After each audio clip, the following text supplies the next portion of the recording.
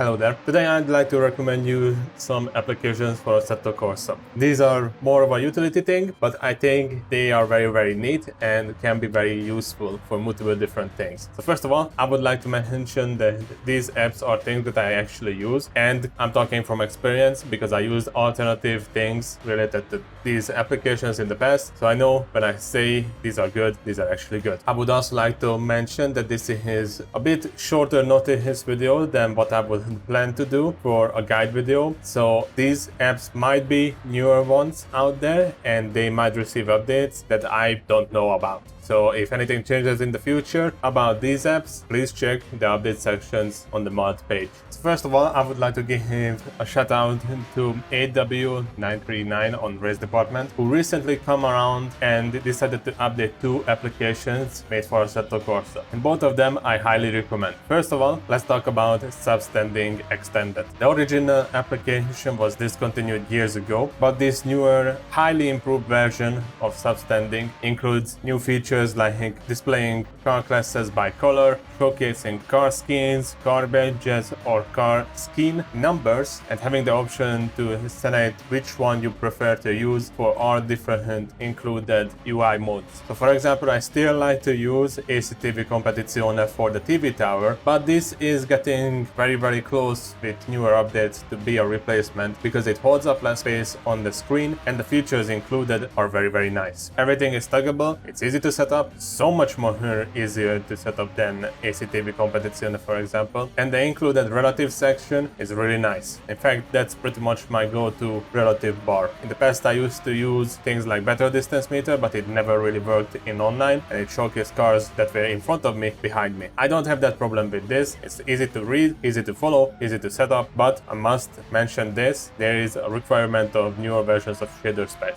The next app is Track Map Display. Now when you install this, it's gonna be just an extended version of the original map display mod, but the included updates for this is a thing groundbreaking. So first of all, I'd like to mention the one thing I think is the most improved thing about this extended version of map display, and that is the automatic map generation for every single track. So in the past I used to have a series called Replay where I would do a race in Assetto Corsa and edit it into a race coverage. One of the things that I needed to do for that series is create maps for the tracks where I would include sections and talk about specific parts of the map. The problem with that is that you need to find a source for that map, and recently I've realized that there was a feature in the original map display mod which allowed for creation of track maps. The only problem with that is that it was very time consuming and it didn't really offer that much. The new extended version of track map display can do new maps pretty much instantly you are in a race session, or any session for that. You can set up a hot lap session, tick in the boxes for map generation, and every single time you launch the game, there's a new PNG created. The track maps include sector times, start-finish rates, pit lanes, and even DRS sections. You can customize the colors for each section, and in a recent update, there's even a smaller version of the track map as well. The last thing I want to mention on this list is probably the most nichest